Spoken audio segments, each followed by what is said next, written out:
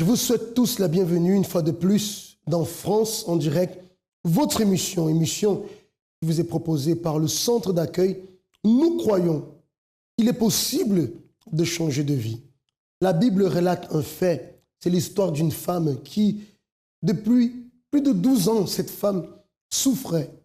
La Bible nous enseigne d'ailleurs qu'elle était atteinte de perte de sang et qu'elle avait déjà tout fait auprès des médecins de l'époque.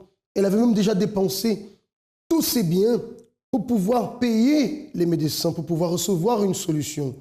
Mais malheureusement, elle n'a pas pu trouver de soulagement, n'a pas pu trouver de guérison. Je peux dire, dans son cas, elle était même condamnée à vivre avec ce problème, avec cette situation. Mais lorsqu'elle a entendu parler de Jésus, il y a eu une détermination dans son cœur. Elle se dit, si simplement j'arrive à lui et que j'arrive à toucher son vêtement, je serai guérie. Elle a cru parce qu'elle a entendu les merveilles qui étaient accomplies par Jésus.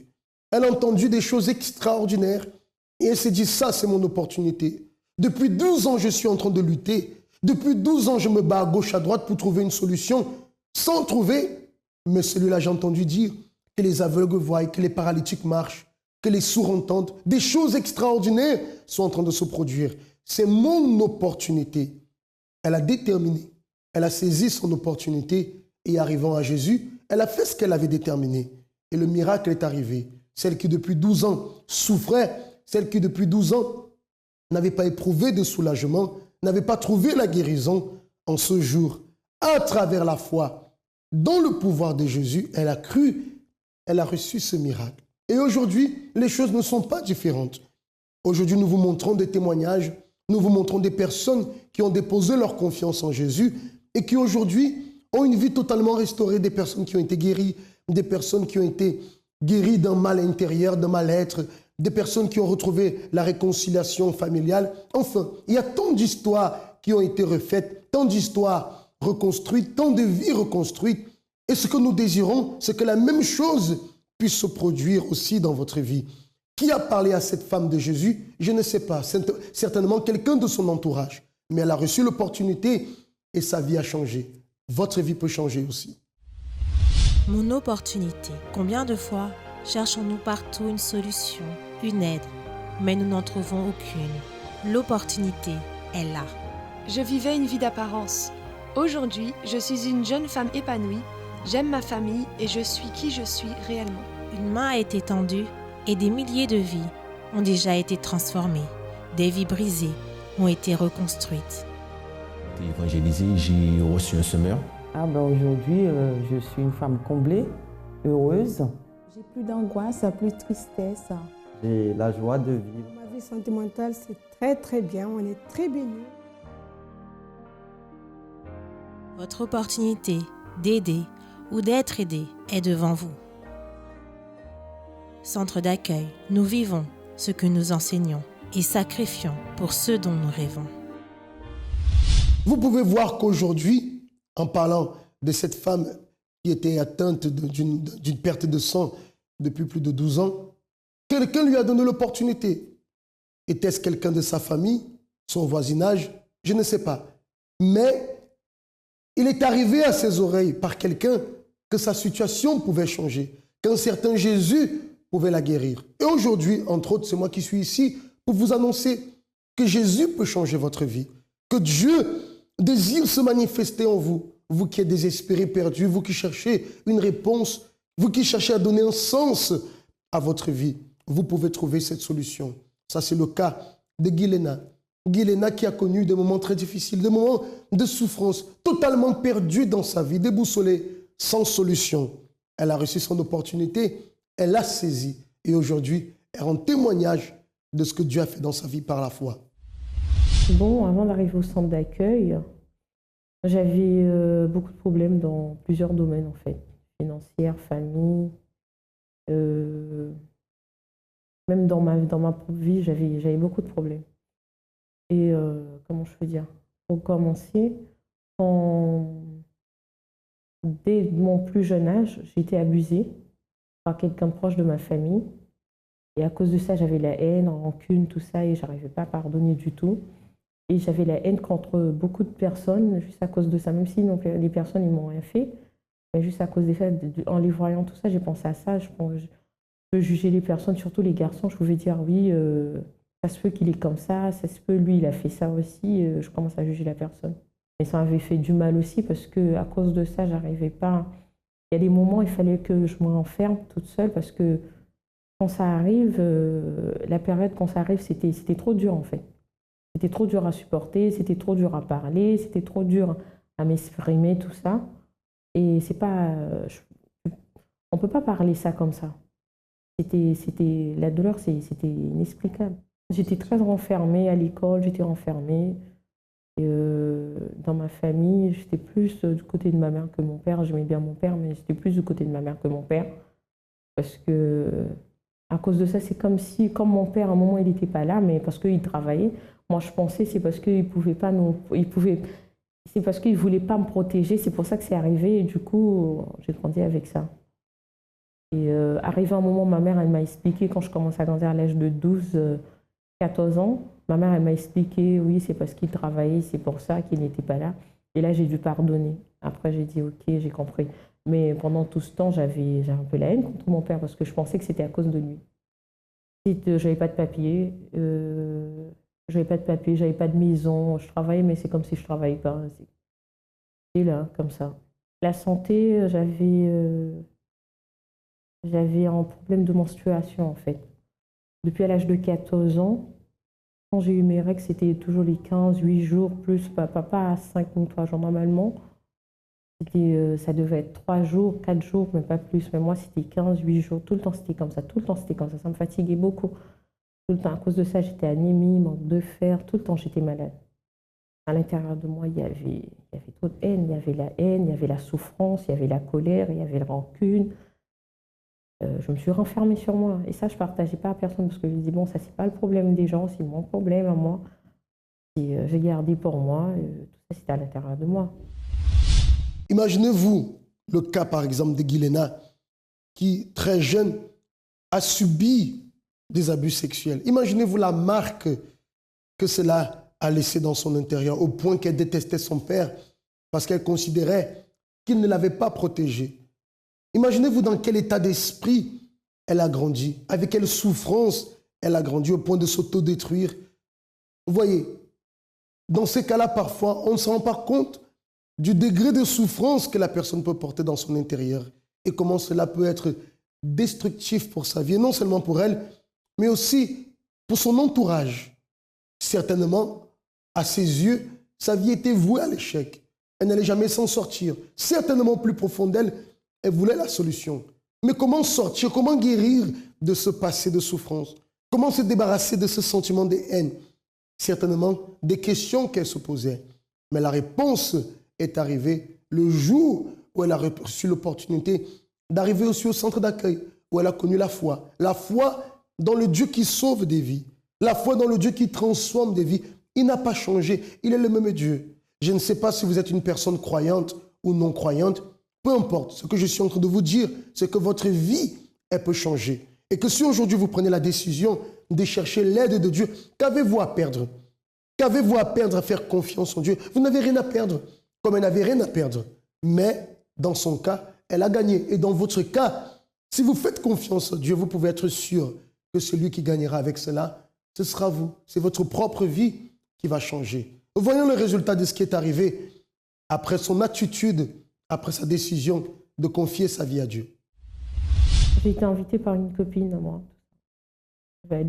Comme elle savait que je travaillais tout le temps, elle m'a dit il y a une église, c'est ouvert tous les jours. Et je vais te montrer c'est où. Elle m'en a expliqué et c'est là que je commence à venir. En fait, déjà pour mes papiers, quand je suis arrivée, je commence à faire le chaîne de prière, tout ça.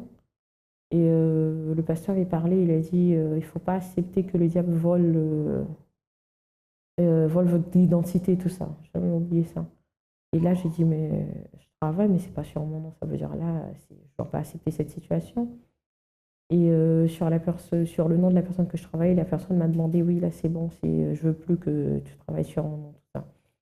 Et là, j'avais des problèmes. Normalement, là où j'habitais, je devais payer l'appartement, colocation. Et là, je devais faire quoi?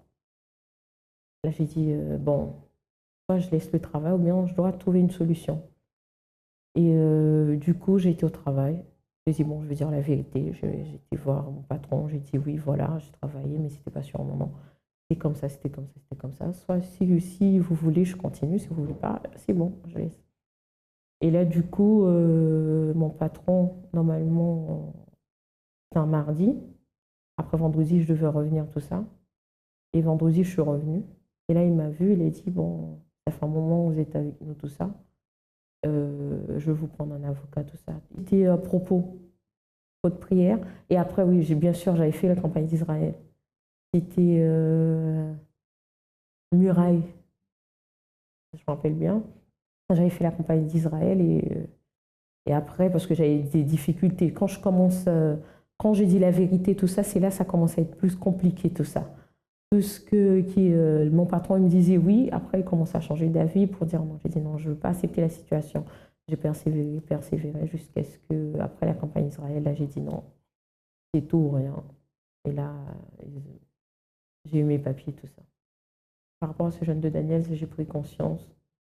Il fallait que je pardonne. C'était le moment pour moi pour me libérer et pour. Il fallait que ça fasse parce que j'avais pas d'autre choix.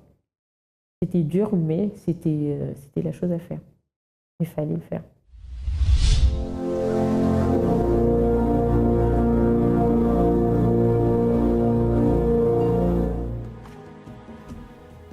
Ne crains point, petit troupeau, car votre Père a trouvé bon de vous donner le royaume. Vendez ce que vous possédez et donnez-le en aumône. Faites-vous des bourses qui n'usent point, un trésor inépuisable dans les cieux, où le voleur n'approche point et où la teigne ne détruit point. Car là où est ton trésor, là aussi sera votre cœur.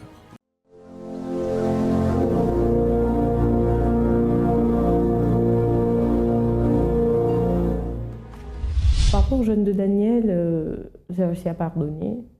Maintenant, quand je pardonne à moi-même aussi, parce que j'étais enfermée à cause de ça, j'étais emprisonnée. Et ça m'a libérée, d'un poids que je portais depuis mon enfance. Et moi, je pensais que quand je pardonnais pas, je me faisais du bien, mais non, je me faisais du mal. Je marchais avec ça, à cause de ça, Bon, même, j'ai oublié d'expliquer aussi, par rapport à ça, ma vie sentimentale, c'était chaotique aussi. Parce que ça pouvait rien faire. Hein. À cause de ça, c'était tout le temps des problèmes. Tout le temps des problèmes. Ce que j'ai vécu, j'ai sorti ça sur la personne. Chaque personne, surtout un garçon que je vois devant moi, c'était la personne qui m'avait fait ça. Même si la personne, elle n'a rien fait, mais j'ai fait payer à la personne. C'était pas bien, mais j'arrivais pas à me contrôler en fait pour faire autrement. La souffrance qui était à l'intérieur de moi, c'était ma façon de m'extérioriser en fait. Maintenant, j'ai pardonné à l'intérieur de moi, non, ça n'a rien à voir du tout. Maintenant, je prie pour cette personne parce que j'ai compris qu'il a besoin de plus la prière parce que comme il fait partie de ma famille, maintenant quand je fais les chaînes de prière pour la famille, je prie pour lui maintenant. Par rapport à la campagne d'Israël, pour mes papiers, ça faisait 8 ans, je n'avais pas vu ma famille, j'ai eu mes papiers, j'ai été voir ma famille. C'était bien, j'ai passé des bons moments, c'était trop bien, c'était super bien. Et par rapport à la campagne d'Israël encore, j'ai eu mon appartement maintenant. C'est plus colocation, problème, tout ça. J'ai mes clés, je rentre, je m'a béni. Et par rapport à ma santé, en fait, comme quand j'avais problème de menstruation, et maintenant j'ai plus ça. Maintenant j'ai mes règles normales et comme tout le temps j'étais vraiment toujours fatiguée pour des médicaments, pour trucs, et là ça va mieux. Je veux dire, c'est là où on apprend, c'est comme en école, hein, comme les autres disent, c'est université, c'est vraiment en école parce que on apprend. Il y a des trucs que j'avais pas compris, pardonner, tout ça, on pouvait me dire ça, j'étais pas contente, j'avais pas compris, mais au fur et à mesure j'ai compris que quand on met en pratique, on a les résultats. des ténèbres à la lumière. C'est ainsi que je vais qualifier ce changement de vie, cette transformation. Guilena, plongée dans les ténèbres de la tristesse profonde, des séquelles de l'abus qu'elle a subi lorsqu'elle était jeune, plongée dans les ténèbres, liée dans les liens de la haine envers sa famille, totalement perdue. Mais aujourd'hui, une personne totalement libérée. Elle a réussi à se pardonner, comme elle dit. Elle a réussi à pardonner ceux qui lui ont fait du mal. Imaginez-vous, pardonner la personne qui vous a abusé sexuellement. C'est quelque chose de fort. Je dis cela, peut-être vous dites, mais c'est impossible. C'est effectivement ça. C'est impossible physiquement. Mais lorsque la personne se confie en Dieu, tout devient possible pour vous prouver que votre vie peut changer. Il y a une solution pour votre vie. Tout dépend de votre décision. Aujourd'hui, Guilena peut jouir de la vie. Elle a découvert le chemin pour la transformation de vie. Maintenant, c'est à elle de continuer à persévérer parce que j'ai la certitude que Dieu désire continuer à faire des grandes choses dans sa vie et non seulement dans la sienne, mais dans la vôtre aussi qui assistez en ce moment à cette émission. Pour cela, si vous désirez notre aide en ce moment même, vous pouvez entrer en contact avec nous à travers la Mi 24 heures. Vous avez le numéro de téléphone qui s'affiche sur le bas de votre écran. C'est le 01 53 35 85 12. Appelez-nous et vous allez recevoir toutes les instructions pour commencer une nouvelle vie. Au cours de ces 10 dernières années, le nombre de mariages célébrés en France a continué de diminuer, tandis que le nombre de divorces ne fait qu'augmenter. On commençait à ne pas se parler, à se fâcher. Il commençait à ne pas payer ses factures. À un moment donné, 5 ans, 10 ans, c'était trop. Après avoir vécu la souffrance dans son mariage pendant plus de 10 ans, au bord du divorce, c'est au centre d'accueil que Madame Françoise a su restaurer son mariage. Mon mari, c'était quelqu'un, au début de notre mariage, il était quelqu'un de bien, de gentil, d'intentionné. Mais à partir de 2 ou 3 ans après, mon mari il a commencé à faire n'importe quoi. Parce que c'était quelqu'un qui jouait dans les tabacs, qui allait dans les tabacs.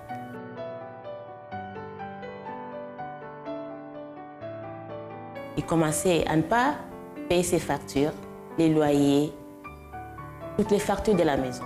On commençait à se fâcher, on commençait à ne pas se parler. Quand j'apprenais les dégâts qu'il faisait, je l'aidais toujours à payer les factures. À un moment donné, 5 ans, 10 ans, c'était trop. Je me suis dit, ce n'était pas une bonne vie et je ne pouvais pas continuer avec lui. Mais quand j'avais pris cette décision-là, j'ai commencé à imaginer de les quitter. À ce moment-là, on a trouvé quelqu'un qui nous a donné une revue du Centre d'accueil universel. Et par curiosité, on s'est dit, comme dans notre vie, il n'y a rien qui marchait, il fallait qu'on aille dans la présence des dieux. On est venus tous les deux dans la présence des dieux. On a commencé à écouter la parole. Le serviteur nous a dit qu'est-ce qu'il fallait faire. Faire les chaînes de prière. On a commencé par cela. Tous les jours, on venait.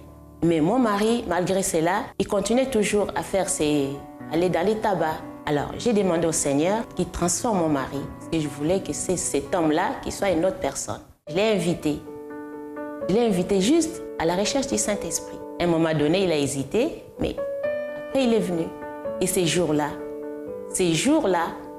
Dieu, il a opéré. Et à partir de là, j'ai trouvé que Dieu, il avait fait un miracle. Il a transformé complètement mon mari. Et aujourd'hui, on parle. Parce qu'avant, il ne parlait pas. Il ne vole plus. Il ne vole plus les chèques. Quand il a besoin de quelque chose, il me demande. Et maintenant, c'est lui qui fait tout. Parce qu'avant, c'est moi qui faisais tout. Qui payait les dettes, qui faisait des courses. Maintenant, c'est lui qui paye les dettes, malgré que je l'aide un peu. C'est lui qui fait des courses, c'est lui qui fait tout. C'est fini. Il ne joue plus au tiercé. C'est fini. C'est fini ces trucs-là. Et lui, aujourd'hui, c'est quelqu'un de complètement transformé. C'est un père de famille. Maintenant, mon mariage, je peux dire que mon mariage est béni.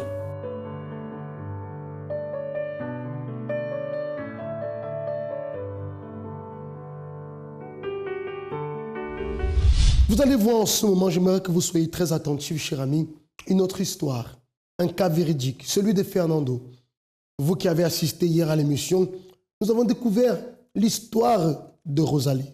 Rosalie qui était dans la vie, dans le monde de l'homosexualité et qui considérait cela pour elle une souffrance pour elle. Elle voulait s'en sortir.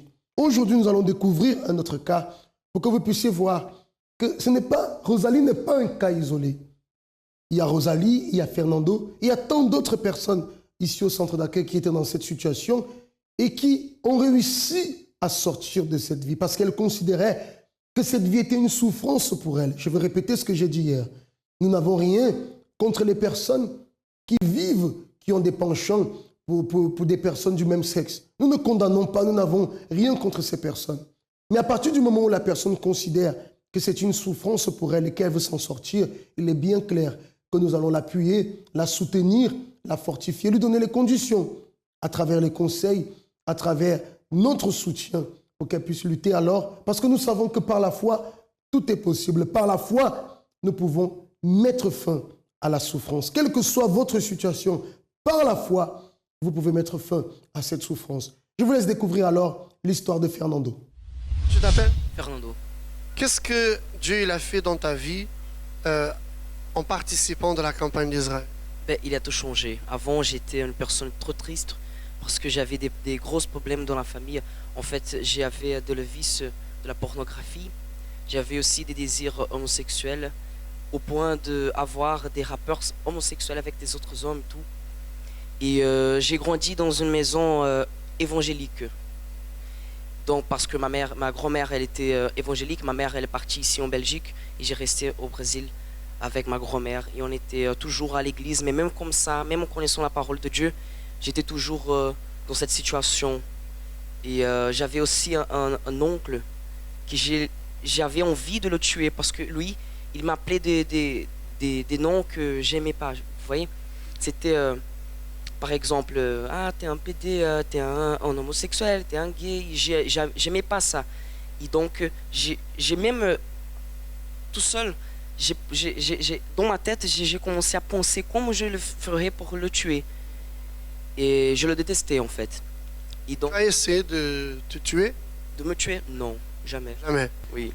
Et aussi, moi, j'avais 3 caractères en fait. Devant ma famille, j'étais une personne. À l'école, j'étais une autre. À l'église, j'étais une autre personne totalement différente. Parce qu'en fait, je ne voulais pas montrer à ma famille que j'avais cette envie de l'homosexualité. Et je ne disais pas non plus que j'étais vicié à la pornographie. Donc, j'étais différent. Dans chaque endroit, j'étais différent. Un jour, tu as participé alors de la campagne d'Israël. Qu'est-ce que tu as fait? J'ai sacrifié une tablette parce que je suis jeune en fait. Et mon rêve, c'était d'avoir une tablette. Et je l'ai reçue dans mon anniversaire. Un cadeau de ma mère. Donc, je l'ai pris, je l'ai vendu. Et la valeur, j'ai mis sur l'autel. Parce que c'était un sacrifice. Parce que c'était mon rêve. Et aussi parce que c'était un cadeau de ma mère. C'était le sentiment. Il avait le sentiment parce que c'était ma mère qui m'avait donné. Donc, je l'ai sacrifié et je l'ai mis sur mon enveloppe. J'ai mis sur l'autel. Tu as fait la prière? Oui, j'ai fait. Le jeûne? Oui. J'ai tout sacrifié. Ma volonté, mes pensées, ma façon d'être, tout. J'ai tout sacrifié. Et aujourd'hui, qui es-tu? Moi, je suis une personne, la même personne que je suis ici, je suis à la maison, je suis à l'église, à la rue, je suis à l'école. Je suis la même personne partout. Je suis une personne qui n'a plus des envies de tuer les gens. Je n'ai plus des désirs homosexuels. Je ne suis plus vicié à la pornographie. Je suis tellement changé. Je suis totalement changé en fait. Nouvelle personne. Une nouvelle personne. Ça vaut la peine de faire le sacrifice? Ça vaut la peine, toujours. Quel est le conseil que tu peux donner à toutes les personnes qui nous regardent? Se sacrifier. Mais pas seulement la valeur en l'argent, mais aussi votre désir, vos pensées, tout. Si vous mettez tout ça sur l'autel, c'est impossible. Dieu lui doit répondre. Amen. Bien fort pour le Seigneur Jésus. Merci. Lorsque vous voyez toutes ces histoires véridiques, vous vous dites le suivant. Est-ce vrai? Est-ce que vraiment c'est Fernando qui est en train de raconter cette histoire? Est-ce qu'il a vraiment vécu? Il a dit d'une façon tellement simple. Est-ce que Guilena, qui a témoigné tout à l'heure, a vraiment vécu cela? Écoutez, Je ne vais pas essayer de vous convaincre, de vous dire que cette histoire est vraie. Ce que je veux vous montrer, c'est que dans votre vie, cela doit se produire. Il faut que cela arrive dans votre vie. Et là, vous-même, de votre propre bouche, vous confesserez qu'effectivement, le Dieu dont nous parlons, le Dieu dont nous disons qu'il transcende des vies, il le fait véritablement. Il n'a pas changé. Mais pour que cela arrive, il ne suffit pas d'attendre. Il ne suffit pas de dire que je crois en Dieu tout simplement. Mais c'est une décision d'aller vers lui, une décision d'agir dans le sens de ce qu'il veut pour nous, dans le sens de lui être agréable, dans le sens de montrer une foi sincère devant lui qui va nous apporter la solution. Vous voyez que Fernando a grandi dans un berceau évangélique, mais ce n'est pas pour autant que sa vie correspondait à ce que Dieu voulait, que sa vie correspondait à une vie de bonheur, une vie de félicité, parce qu'il avait des pensées meurtrières, il était plongé dans le vice, dans ses penchants sexuels, qui finalement pour lui est une vie de souffrance, malgré le fait qu'il croit en Dieu, qu'il connaisse les choses de Dieu. Vous voyez que ça ne garantit rien. Mais lorsqu'il a pris la décision de lutter, lorsqu'il a pris la décision de vivre la foi véritablement, voilà ce qui a apporté le changement. Donc c'est une question de décision. Pour que votre vie puisse changer, pour que vous puissiez voir des résultats dans votre vie, c'est une question de décision. L'opportunité vous est donnée. Nous avons plusieurs centres d'accueil répandus sur le territoire pour savoir quel est le centre d'accueil le plus proche de chez vous, pour que dès demain, vous puissiez déjà vous y rendre et chercher cette aide. Vous pouvez nous appeler au 01 53 35 85 12 ou tout simplement consulter notre site où vous aurez toutes les adresses. Nous vous attendons demain, qui est un jour spécial, dimanche, où nous allons nous réunir, nous allons prier en faveur de la famille et en faveur d'autres situations. Ce sera l'opportunité pour vous de découvrir ce travail qui vous permet de connaître quel est le pouvoir de la foi, ce que Dieu peut réaliser dans votre vie. Et les serviteurs de Dieu seront aussi à votre disposition pour vous écouter et vous donner les directions qui vont vous aider à conquérir une nouvelle vie.